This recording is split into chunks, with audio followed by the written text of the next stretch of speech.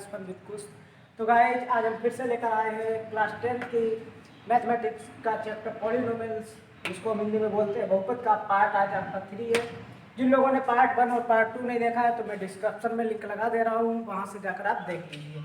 तो guys first video में मैंने डिस्कस किया था कि पॉलिनोमियल्स क्या होते हैं। सेकंड वीडियो में मैंने आपसे डिस्कस किया कि वैल्यू ऑफ द पॉलिनोमियल्स और जीरोज ऑफ द पॉलिनोमियल्स और geometrical meaning of the polynomials की मैंने ज्योमेट्रिकल मीनिंग्स आपसे डिस्कस की थी। एक्सरसाइज एनसीईआरटी बुक के अकॉर्डिंग मैंने एक्सरसाइज आपको 2.1 भी लगवाई थी।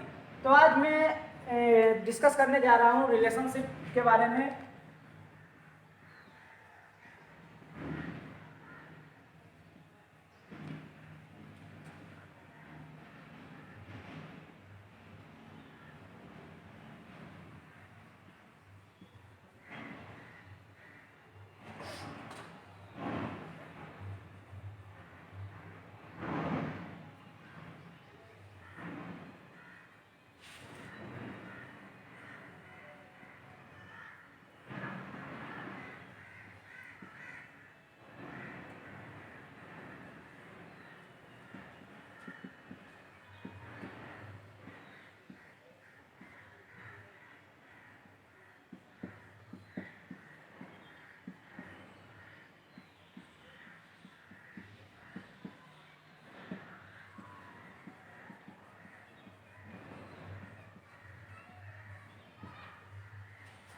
तो आज हमारा डिस्कस होगा relationship between zeros and coefficients, बहुपदों में शून्य तथा गुणांकों में संबंध। देखिए यहाँ पर हमने आपको लास्ट वीडियो में बताया था जीरोज क्या होते हैं।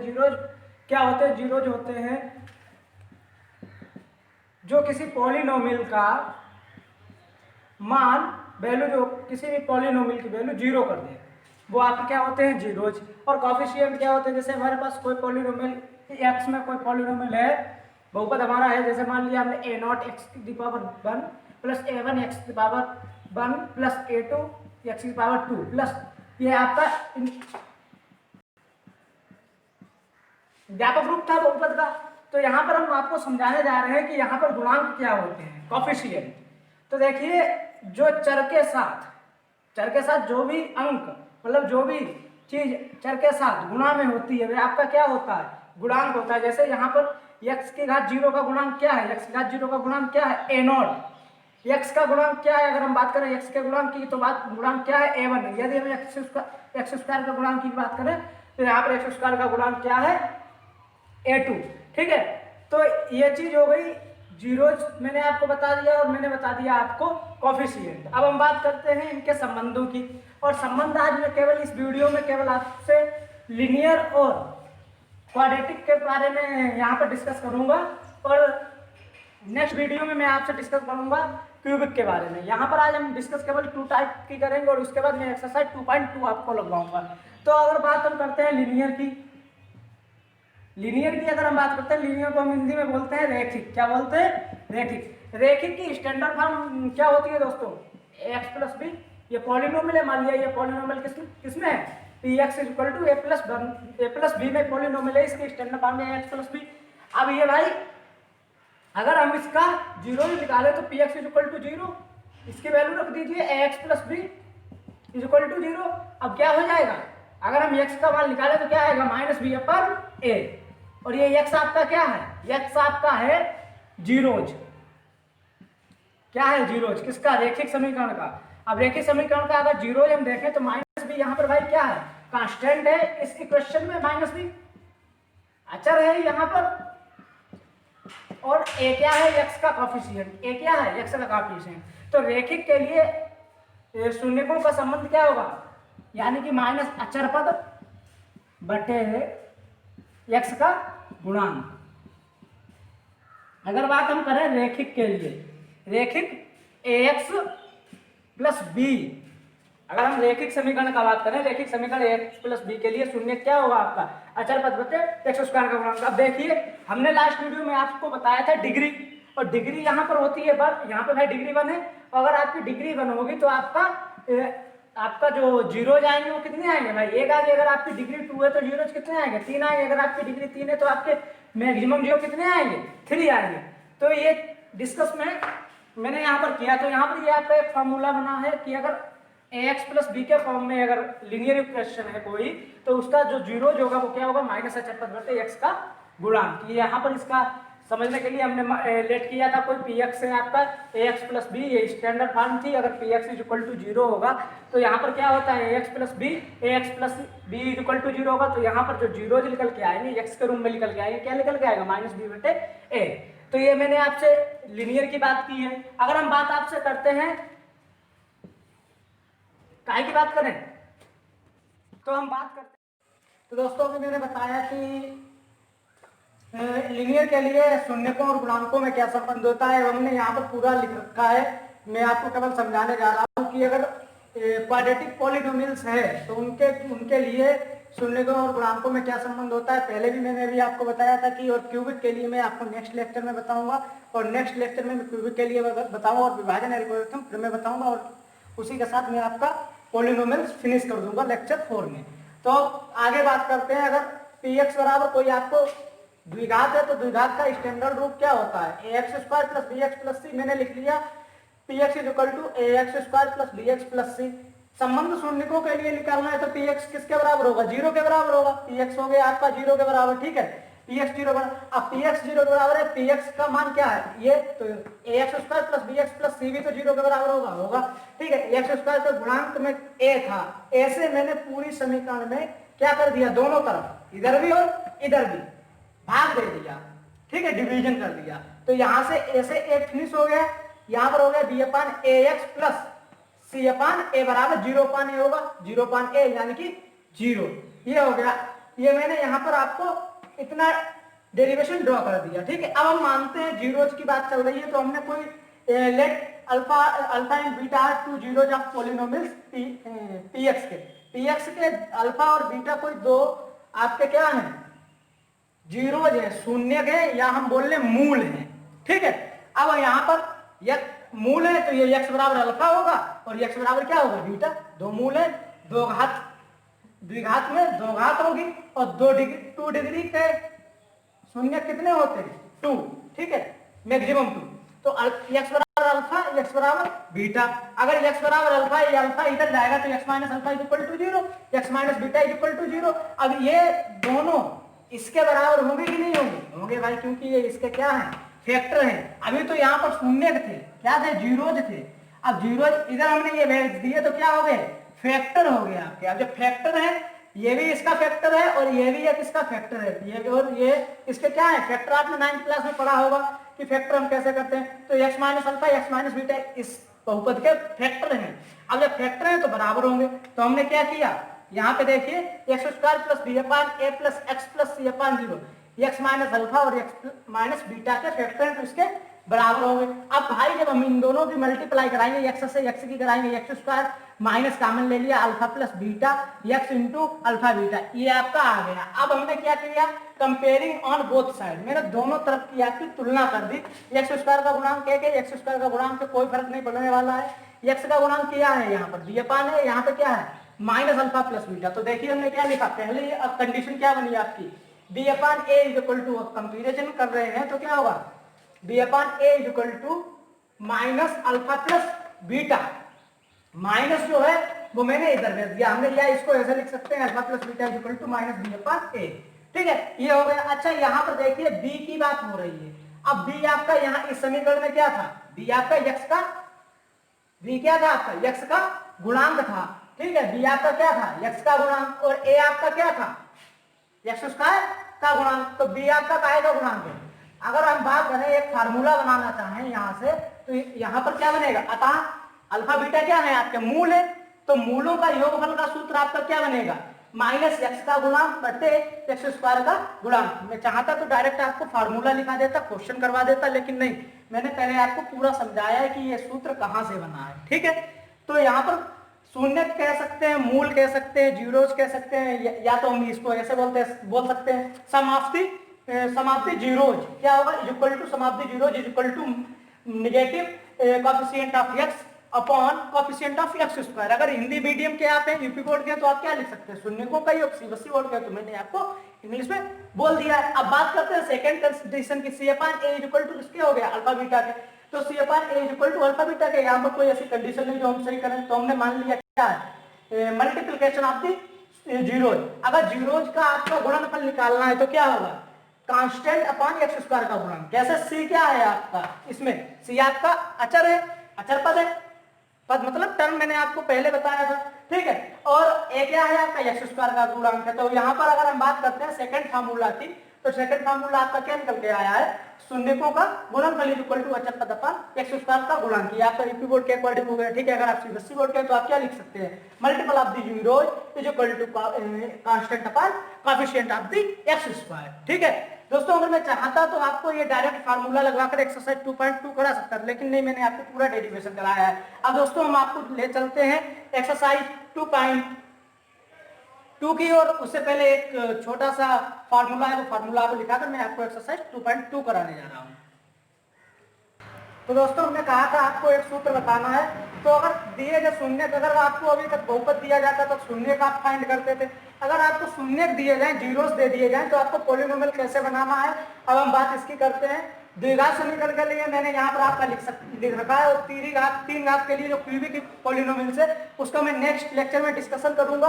तो मैंने माना द्विघात समीकरण के लिए मान रहा हूँ, माना अल्फा व बीटा दो शून्य के, अभी मैंने पीछे भी माना था अल्फा बीटा दो शून्य, तो दोस्तों क्या होगा x square equal to alpha plus beta x plus alpha beta. यहाँ पर जो अल्फा प्लस बीटा है ये आपका क्या है शून्यों का योगफल, जो हमने अभी पीछे डेरिवेशन में प्रूव किया था। और अल्फा बीटा क्या है बहुपदों का, दो शून्यकों का गुणनफल, ठीक है, ये आपका है। अब हम बात कर रहे हैं दोस्तों एक्सरसाइज 2.1 की। एक्सरसाइज 2.1 के मैं कुछ 2.2 के मैं कुछ क्वेश्चन यहाँ पर लिख रहा हूँ, ठीक है। तो दोस्तों एक्सरसाइज 2.2 के मैंने दो क्वेश्चन यहाँ पर लिख रखे हैं। पहले के दो क्वेश्चन लिखे हैं, 6 क्वेश्चन है पहले क्वेश्चन में 6 क्वेश्चन है अंदर उसमें, ठीक है। मैं यहाँ पर आपको दो क्वेश्चन समझाऊंगा और 4 क्वेश्चन आप अपने घर पे कीजिए। अगर ना लगे तो कमेंट सेक्शन में जाकर आप बताइए, तो मैं आपका उसका सोल्यूशन प्रोवाइड करा दूंगा, ठीक है। तो पहला क्वेश्चन जैसे यहाँ पर है, निम्नलिखित द्विघात बहुपद के शून्य ज्ञात करने हैं। जो द्विघात बहुपद दिया गया है उनके शून्य ज्ञात करने हैं, और शून्य ज्ञात करने के बाद क्या करना है शून्यकों तथा गुणांकों के बीच का संबंध की जांच करनी है, जैसे भी हमने आपको फॉर्मूले लिखाए थे, ठीक है। तो सबसे पहले इसका शून्य ज्ञात करना है। इसका शून्य ज्ञात करने के लिए इसका शून्य कैसे ज्ञात होगा, फैक्टर करने होंगे। इसके कक्षा 9 में आपको पढ़ाया 8 के ऐसे गुणनखंड करने की घटाने को कितना है 2, 8 के ऐसे फैक्टर करने की घटाने को क्या है 2। तो एक्स स्क्वायर क्या होगा 4 × 2 क्या होगा 8, और 4 - 2 क्या होगा 2। तो यहाँ पर देखो, यहाँ पे क्या लिखना है 4 - 2 x - 8, ठीक है। X square -4x plus 2x - 8, ठीक है। इसके फैक्टर हम किए ले रहे हैं, और बाद में संबंध हम शून्य ज्ञात करके।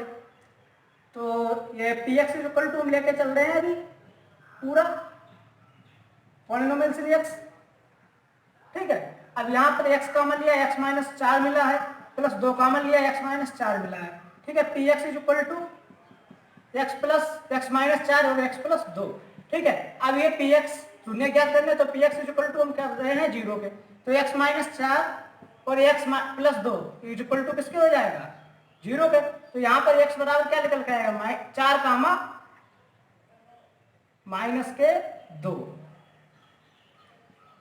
ठीक है। अब इनकी देखो जांच करनी है, ठीक है। अब क्या जांच करनी है शून्यकों तथा गुणांकों के बीच में। अगर हम इसके शून्यकों का योगफल ज्ञात करें सत्यता की जांच के लिए, यहाँ पर हेडिंग डाल देना सत्यता की जांच के लिए, और हम क्या कर रहे हैं शून्यकों का योगफल ज्ञात कर रहे हैं। शून्य को वहां पर अल्फा प्लस बीटा लिखे दे रहे हैं, यहाँ पर पूरा ना लिख के शून्यकों का योगफल, और माइनस क्या था -b/a। तो यहाँ पर b कितना है, b कितना है x का गुणांक होता है b, तो यहाँ पर b है आपका -2 और a कितना है 1। तो यहाँ पर आपको शून्य का योगफल कितना मिला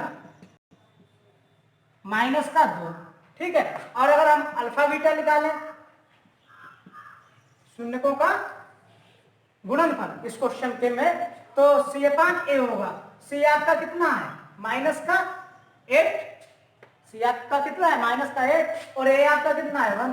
तो शून्यकों का गुणनफल कितना मिला -8। अब देखिए वेरीफाई कीजिए, अगर आप 4 में -2 जोड़ेंगे तो आपको 4 में -2 जोड़ेंगे तो आपको कितना मिलेगा -2 मिलेगा,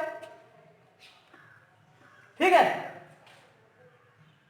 सॉरी यहाँ पर माइनस का भी है और यहाँ पर माइनस का ये भी है, तो यहाँ पर प्लस का 2 हो जाएगा। जब आप 4 में माइनस का 2 जोड़ेंगे तो आपको 2 मिलेगा पॉजिटिव, ठीक है। यहाँ पर थोड़ा मिस्टेक हो गया तो समझ लेना, माइनस का भी सूत्र में भी माइनस होता है, माइनस अचर पद होते हैं x² का गुणा, और यहाँ पर भी माइनस था, इसीलिए माइनस इंटू माइनस। अच्छा, छठी बात, माइनस इंटू माइनस हो जाता है पॉजिटिव, इनमें प्लस का रहता है, इसीलिए 4 में 2 जोड़ा जो, और 4 दूनी 8, माइनस का चिन्ह है इसीलिए माइनस का चिन्ह, यानी कि आपको जो सुनने का यहाँ से हमने आपको वेरीफाई करा के दिखा दिया। अब हम बात करते हैं सेकंड क्वेश्चन की। सेकंड क्वेश्चन में भी आपके फैक्टर करने हैं। फैक्टर यहाँ पर देखिए क्या है, 4 और 3, 4 3 12, 12 के ऐसे फैक्टर करने हैं कि घटाने पे आए 1, ठीक है। तो सेम है भाई, 4 में से 3 जाएगा, कितना आ जाएगा, 1 आ जाएगा। तो ये पॉलिनोमियल इन x मान लेते हैं, और पॉलिनोमियल इन x क्या हो जाएगा, 3x² minus 4 minus 3 minus x minus 4, यहाँ पे क्या हो गया 3x² minus 4x plus 3x minus का 4, यहाँ पर हमने कॉमन लिया x तो बचा 3x माइनस का 4, यहाँ पे हमने कॉमन लिया प्लस का 1 तो यहाँ पे बचा 3x माइनस 4, ये सब x के इक्वल टू चल रहा है, ठीक है।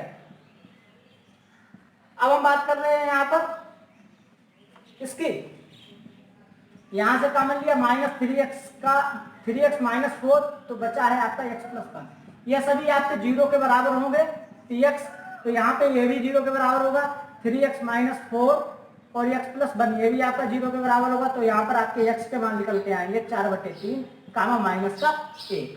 अब आप यहाँ से निकालेंगे, क्या निकालेंगे, ये इस क्वेश्चन को मैं रख कर रहा हूँ, ठीक है। देखो यहाँ पर 2 शून्य निकल के आ गए x के, अब क्या करना है, इसका हमकी सत्यता करनी है, यहाँ पे लिखेंगे मोटा मोटा सत्यता की जांच के लिए, आप हेडिंग डाल देना, मैं नहीं डाल रहा हूँ, ठीक है।